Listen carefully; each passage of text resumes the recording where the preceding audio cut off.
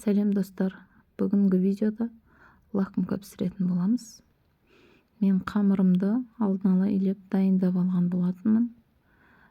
Қоспасын описанияда қалдырып кетемін. Қамырымызды осылай бірнеше бөліктерге бөліп аламыз.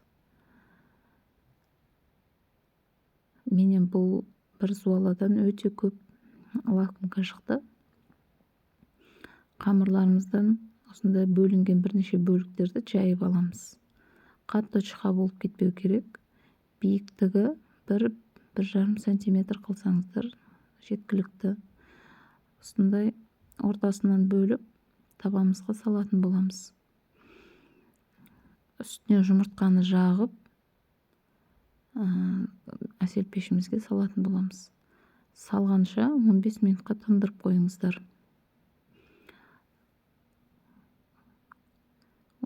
Кремімізді дайындап алайық.